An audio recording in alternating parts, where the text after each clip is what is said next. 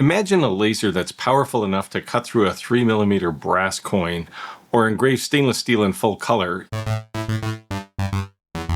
yet it still has the finesse to do detailed engraving on wood and acrylic. Then imagine that all of that fits into one compact machine. This is the new xTool F2 Ultra, and today I'm going to put it through its paces to find out if it really meets the demands of serious business users. The xTool F2 Ultra is unlike any other machine I've had in my workshop. It combines a powerful 60-watt Mopa fiber laser with a 40-watt diode laser, and it's all packaged in a single portable machine. And what this means is that with the diode laser, you can work with materials you're probably already familiar with, but then you can jump over to the Mopa laser and you can perform some heavy-duty work on most metals, including stainless steel, where it's possible to engrave actual color. But specifications are just numbers on paper, and if you're watching this, then you're probably going to have questions about the F2 Ultra, and the first one might be, is this design really as practical and business-ready as it sounds? Good question. So let's take a closer look at some of the features. We'll do a little flyover here, and some of these might surprise you. Now, from the front, this laser is a familiar but cleaner design. It looks a bit like the F1 Ultra, but when you look inside, you're going to find some things that have been improved. In addition to that huge lens, you're going to find some brighter light bars, as well as two 48-megapixel cameras that improve positioning accuracy to 0.2 millimeters. And tucked away inside is something I think every user is going to appreciate, those internal USB ports for the rotary and the conveyor. And of course, everything here is managed by xTool's familiar handheld control.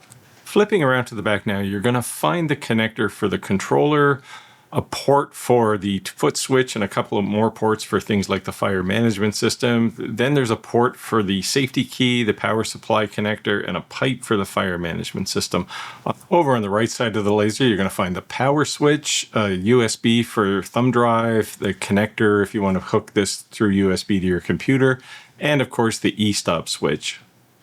And finally, notice these improved rubber seals around the door. And why do they even matter? Well, if you're in a workshop like mine where people can come in unexpectedly, this keeps stray laser light contained, and this is critical for safety.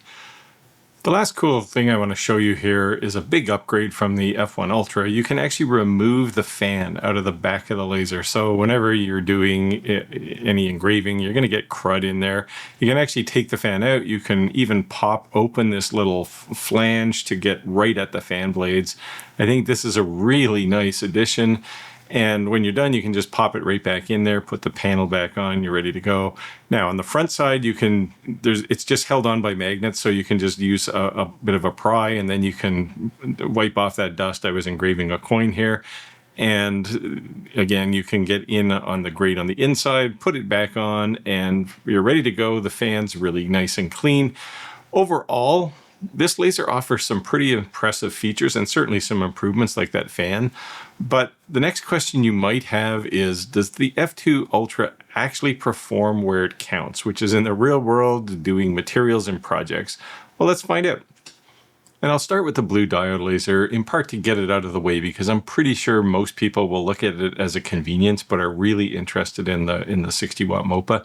So as I mentioned, 40-watt diode power here, which is definitely more than capable for this laser. And I'm going to start with some material tests. I actually ran this twice because the first time you could see it's just baked too much. So the second time I had a much better test result. And I used that to engrave the dog again. I did it twice because it was just way too dark. So I redid it. It came out not too bad, actually, considering this is pretty grainy plywood.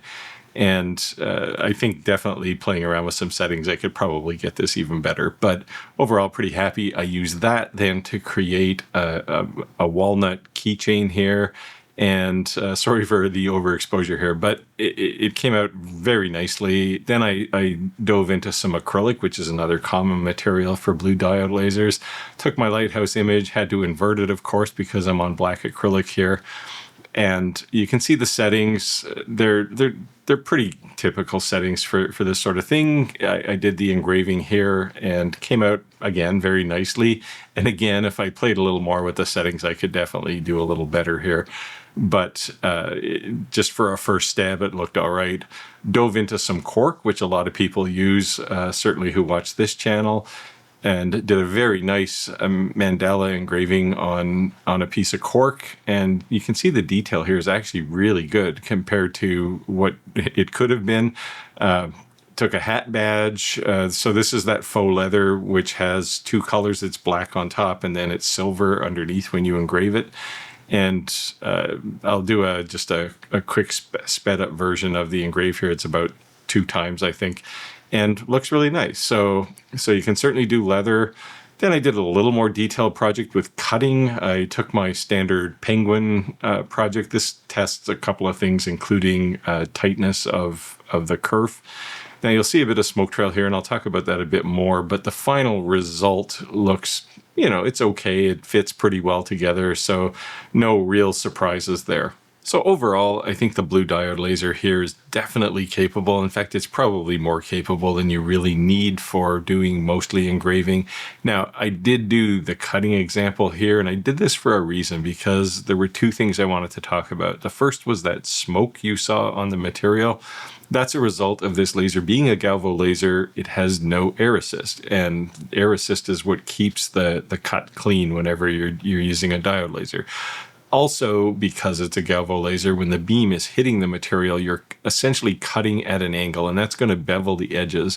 Now, it's pretty good with 3mm material, but if you go and use this for what xTool says you can do, 20mm material or more, then the beveled edges are going to be very pronounced. So I would say realistically, you don't want to use this or any galvo laser for doing any kind of cutting on thick material, even though this laser is capable of it.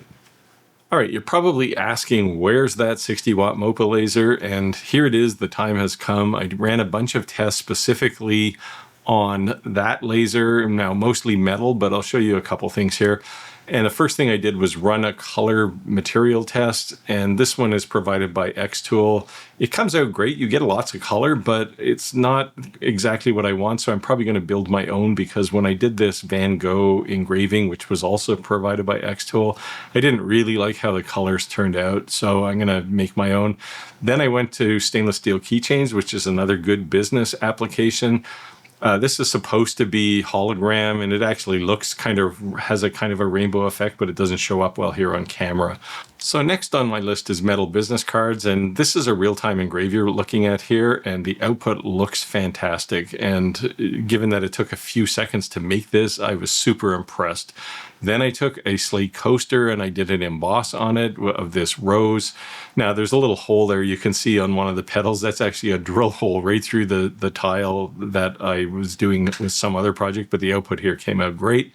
And then the last thing I'm going to look at here is challenge coins. I make a lot of these, and you can see this one. Now the output here is right off the laser. This is untouched, and you can see both how good it is and how deep it is. All right, I do have one problem with the F2 Ultra Mopa laser, and it's represented in this table, and I'll talk more about this as we go. But what this table shows is the leftmost column is the allowable selections you can choose from for Q pulse, and then for each of those Q pulses, the range of frequencies you have. Now, this is a pretty big limitation, especially when you're doing color, because you can't have something like a 3 nanosecond Q pulse with 150 kilohertz frequency. And that means that you're kind of stuck with the colors that xTool provides in their color test. So you won't get deep reds, you won't get deep blues. And that to me is a bit of a challenge, because I do quite a bit of color with a Mopa laser. And, I'll bring up an example here of some of the one of the many palettes that I've built for colors. And you can see that this shows a complete color spectrum. Well, sadly, this cannot be currently reproduced with an F2 Ultra. You can't select the ranges that you need to get these colors. So I do think that's a problem. Now, in fairness to xTool, I did mention this and they said they're looking at it, so hopefully they take away some of these limitations. I'm not sure why they're there because every other Mopa laser allows you to do this. Now, before I wind down on the project work, I wanted to show you one more project that answers the question, why do I need a laser that has both a Mopa and a diode? And this project will answer that.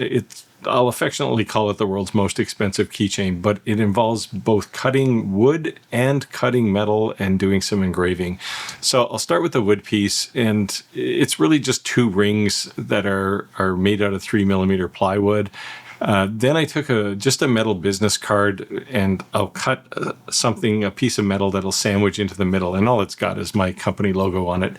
And it uses the Mopa to do this cut about 30 laps around the outside, and then you can see it just falls out and it's perfectly crisp. There's no burnt paint, there's no warping, there's no nothing. And to glue this all together, I'll just use some CA glue with some accelerator, and since it's a keychain, I'll put a ring on it, and there you go. You get something that was made out of both of those. Now, this is a pretty trivial project, of course, but you can take this notion of using both lasers and you can create some pretty advanced stuff. So overall, I'm pretty happy with the F2 Ultra. I think xTool's hit the mark here, trying to define a multi-laser business tool that has lots of power, lots of speed, high accuracy with those two 48 megapixel cameras, and lots of AI integration. So I think if you're looking in the market for something like this, then you should definitely check this one out. In fact, at this particular point, it's the only one that's actually shipping. There's others coming, but some of them don't ship till next year. So really, xTool has this market all to themselves right now for the next little while. And I will put an affiliate link in the description down below. If you're looking to pick one of these up, please use that link. It helps out the channel. If you have additional questions, feel free to leave comments down below as well. I answer all the questions I get, and that might inspire some additional videos. Now, speaking of additional videos, I'll do another video on the conveyor option for this laser. I do have the conveyor, but I wanted to really dedicate that to its own video, specifically around turning your business into a high volume production shop. And with that, I'll wind down and I'll say get out there, make your world, and I'll see you next time.